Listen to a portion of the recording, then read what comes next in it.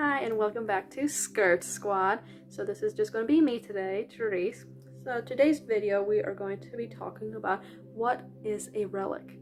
And I will also show you my relic collection, which I keep in this cute little box. So what is a relic? A relic is the physical remains, such as the skull or a piece, like the tongue or something like that, of a saint or of a holy person, so a holy person that is to be canonized a saint. Or it can also be touched to that relic. And there are three types of relics: first class relics, second class relics, and third class relics. So if you are new to this, trying to figure out what a relic is, so that's what the definition of a relic. A first class relic actually is the actual physical body part of the saint or the holy person. It can be like I said, the skull, the tongue, or it can be like some kind of body part. It can be a piece of their clothing or an instrument used in their martyrdoms, such as like a spear or a sword or something like that, or a whip. So that's what a first class relic is. So if you have a relic of a saint, it can be a first class relic. You just have to find that out. A second class relic is a piece of their clothing, such as like if it's Saint Therese of the Child Jesus, it can be a piece of her habit that she wore, or it can also be something that they used. So let's say it's like the breviary of Saint John Mary Vianney, which I have actually seen. That is a second class relic because he touched it, and so it's became a second class relic. A third class relic, which is the most common ones you normally find, are pieces of cloth, like little pieces of cloth or handkerchiefs that people have, and they touched it to a first class relic or a second class relic. So that's what a third class relic is. A lot of people, a lot of Protestants and non-Catholics think that us Catholics actually adore and worship relics, but that is false. We do not worship relics. Saint Jerome, I'll read it to you. He wrote a letter to Reparius in the year 420, and he told him that we did not worship, that Catholics or Christians do not worship the relics of the saints. This is what he said: "We do not worship, we do not adore, for fear that we should bow down to the creature rather than to the Creator. But we venerate the relics of the martyrs in order the better to adore Him whose martyrs they are." So he explains it very well that we do not worship or adore to the relics, because it's like we have the images of the saints we have amongst, in our homes or in church. We do not adore them. It's to remind us about heaven that is around us, and like so that we can have a better image. Since us humans need visual, and so that helps us out. And as for relics in themselves, you are not allowed to sell relics because they are blessed and they are sacred. So I know that on eBay you can find tons of relics on there for sale. I do know some of a priest that does buy them off of eBay. The only reason why he does that is to save them so that they don't go into the wrong hands. And so in that realm, you can ask your priest about it, but it should be okay if you're trying to do it if you are to save them from getting to the wrong hand, because I know like satanic people can grab a hold of them and they'll desecrate them. So, but it's wrong to do it, and you can find that in the Code of Canon Law on number 1190. It states in there precisely, do not sell relics. It is not, if you want to if you have a relic that you don't want anymore, give it to somebody that you know will take care of it and treasure it. And we can also find that relics actually go back into the Bible.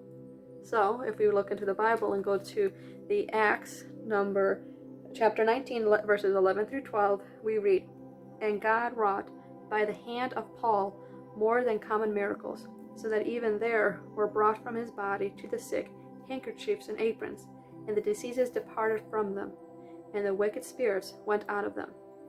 So in there, they were saying that that pieces of like handkerchiefs or cloths that St. Paul actually touched, they gave to the sick or to the people that were possessed with the devil, and when they touched that piece of clothing or handkerchief to that person, the illness disappeared or the devil fled from that person's body.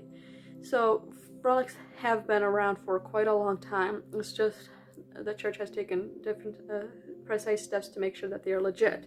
So I'll show you some of my, I hope that explained it well, and if you have any questions or questions at all, just comment down below too, please. Oh, and if you like this video and are going to like what I'm going to show you in my relic collection, please give this a big thumbs up and click the subscribe button to get more content like this, and plus so much more, since we talk about Catholic faith, the beauty, how to be modest, and vocations in various subjects. So click the subscribe button and we'll give you some more content like that. And also follow along. Every first Saturday we have the Skirt Squad Challenge, so that's always fun to see and to do. So now I'll show you my relic collection. So this is a little box one of my friends gave me, very cute, and I keep all of my relics inside of there. So I took some out just for easier access, and I'll show you some more too. So here are some relics that I have. This, most of them are actually holy cards. So this is a holy card of Our Lady of Fatima, and it was touched to the piece of the tree on which the Blessed Virgin Mother stood when appearing to the 3 children at Fatima, and to pieces of clothing worn by Jacinta, Francisco, and Lucia. So that's this holy card. I treasure it very much, and I keep, and some of the holy cards are kind of too big to fit into the box, so I actually have a little photo album that I just keep them in. Then this one I actually got from my teacher from, I think it was 11th grade. Yeah, and this one was touched to the relic of Saint Anthony Mary Claret. Let's see, focus. See, it's right. So yep, that's that one. These two, so back I think it was 2015, the body of Saint Maria Goretti was going all over America. So I wasn't able to go because I got sick, but my family was able to, and they picked up some holy cards for me while they were there, I should say.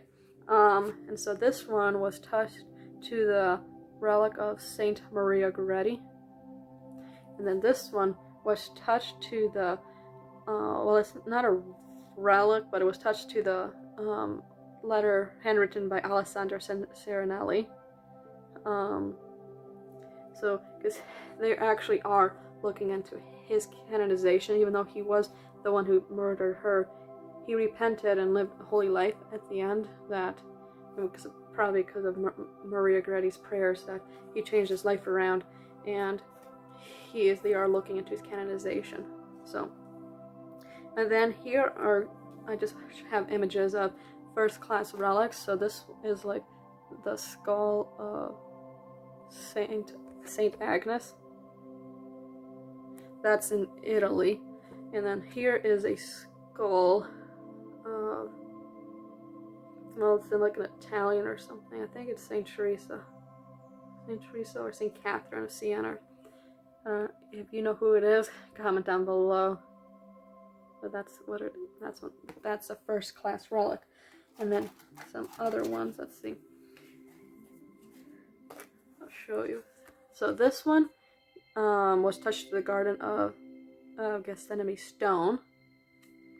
This was touched to the relics of Blessed Margaret Plantagenet-Pole. She was one of the martyrs during when England was being persecuted. And this was touched to the stone from the Holy Sepulchre. And then a lot of churches have these. And so these are all third class relics. So this is of Saint Gerard, Saint Rita, which my brother actually has a relic of piece of clothing of Saint Rita. A monk gave that to him, so he treasures that a lot. It's one of his favorite saints. Saint Anthony of Padua, Saint Benedict, and Saint Francis of Assisi. And then also for this one, Saint Anne. A few years back, my family went to a shrine in Illinois of the Society of the Little Flower, and they have a bunch of relics and different artifacts from Saint Therese's childhood. And one of the things they actually had there too were holy cards, and that it was a piece of clothing, a piece of cloth that was touched to the relics of Saint Louis and Zélie Martin. So here's the holy card, and then the relic is on the back. That's pretty cool. This is actually a piece of the clothing of tunic worn on her incorrupt body. It's Blessed Mother Mariana de Jesus Torres. She was the visionary who saw Our Lady of Good Success, or Buenos Sucesos, as she is also known. So that's actually a piece of her tunic. Very, very neat. We met one of the pashlins that actually goes to the convent. She was handing these out. So that was very special. Some people might know him and some people might not know him. This is a piece of, I think it was a piece of his like a glove or something like that. It had some blood on it. Father Leo McNamara. That's the priest. He was a very holy priest, and when somebody went to Padre Pio and went to see him, they said that they were talking about how in awe that they were to meet him, and he says, well, there's someone in America that's more holier than I, and he was talking about Father McNamara, and him and Father McNamara actually bilocated with each other and spoke with each other. You can look up this story about him, but it's very, not a lot of people know about him, but I know people who actually did meet him when he was alive. Very holy priest, and I think and we actually got to see his grave. I have a piece, I took some soil from his grave, so I have that also. This is a holy card of Venerable Maria Teresa Quavoda, one of my favorite female holy ladies that's in the process of becoming a saint. That's her relic. This relic was actually touched to a whole bunch of other relics. This is the list. Yeah. So yeah, that's pretty cool.